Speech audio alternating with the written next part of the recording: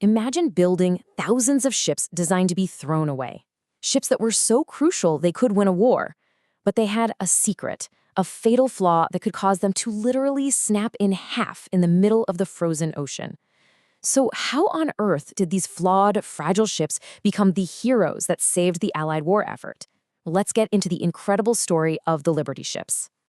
Okay, so you have to picture the situation in late 1940. It is bleak.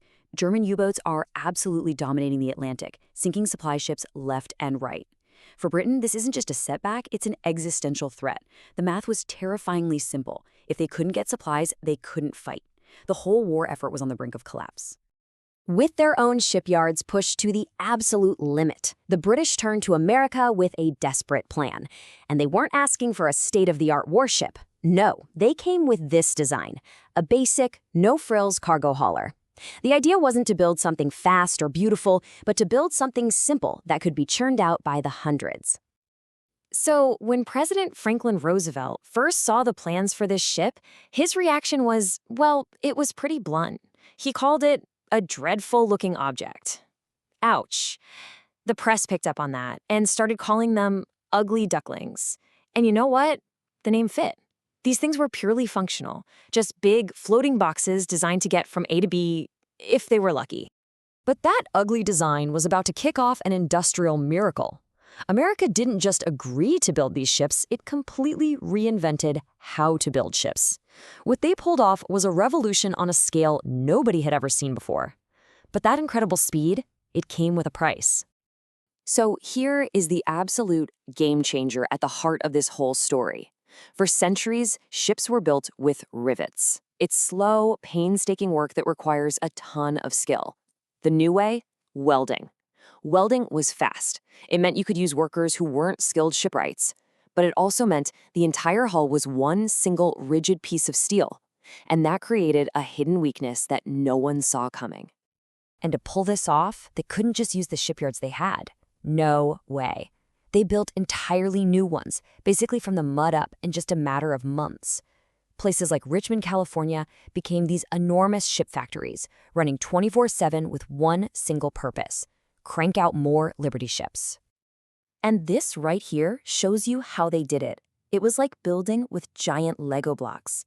Instead of building the ship piece by piece on the slipway, they'd prefabricate massive sections, some weighing hundreds of tons, in workshops. Then, these giant cranes would just lift them up and drop them into place. It wasn't really shipbuilding anymore. It was mass assembly. The results were just staggering. Take a look at this. The average time to build one of these massive ships went from over 200 days down to just 42 days. 42. And get this, as a publicity stunt, one yard built an entire ship, the SS Robert E. Peary, in less than 5 days. It was a true production miracle. So it seemed like they had cracked the code. They were building ships faster than the U-boats could possibly sink them. The tide was turning. But then, alarming reports started to trickle in from the convoys in the freezing North Atlantic. Something was going terribly, terribly wrong with the ugly ducklings. With a sound that sailors described as being like a pistol shot, the steel hulls were just failing. Out of nowhere, in the middle of a raging sea, these brand new ships were cracking wide open, sometimes splitting completely in two, taking their crews and their vital cargo down with them. And that brings us to the core mystery. Why? Why were these brand new, all-welded ships suddenly falling apart? Solving this became one of the most urgent engineering challenges of the entire war. If they couldn't fix it, the whole supply bridge to Europe was at risk. Investigators pretty quickly found a perfect storm of problems. First, the type of steel they were using became incredibly brittle in the extreme cold of the North Atlantic. And second, that revolutionary welding, it created one continuous, rigid hull. So unlike a riveted ship where a crack might just stop at a seam, on a Liberty ship, a tiny fracture could just unzip across the entire hull in seconds. So engineers were scrambling for a solution, and what they found was that the cracks were often starting at sharp, square corners, like on the cargo hatches, where stress was concentrated. The fixes were actually pretty ingenious. First, they started rounding those corners to spread the stress out, and then they added crack arresters, which were, ironically, riveted strips of steel that acted like a firewall to stop a crack from spreading. So, with these critical fixes being rolled out to ships at sea and in the yards, the fleet was saved.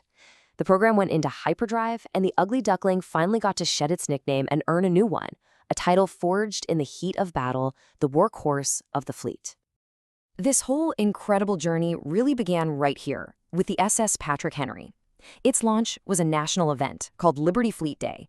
This ship was more than just steel. It was a symbol that the full industrial might of America was finally joining the fight.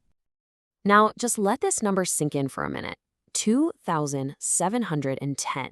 It's almost impossible to really grasp that scale. This wasn't just shipbuilding. This was waging war on an assembly line.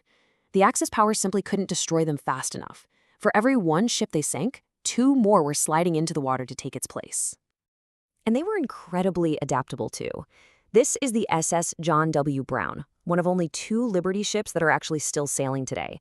They modified it to carry troops, and it served in invasions all across the Mediterranean. It's a living monument to just how rugged these ships became once that critical flaw was fixed. When you get right down to it, these ships were the foundation of the Allied victory. They carried the tanks for D-Day, the planes for the island-hopping campaigns in the Pacific. They carried the fuel, the food, the ammo, everything. They created a logistical bridge across the oceans that the enemy simply could not break.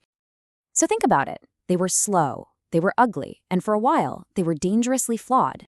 So how did this fleet of imperfect ships end up changing the world? Well, their victory wasn't just one of production. It was a victory of problem solving, under the most extreme pressure imaginable. It's proof that sometimes winning isn't about being perfect. It's about being fast enough to fix your mistakes before it's too late.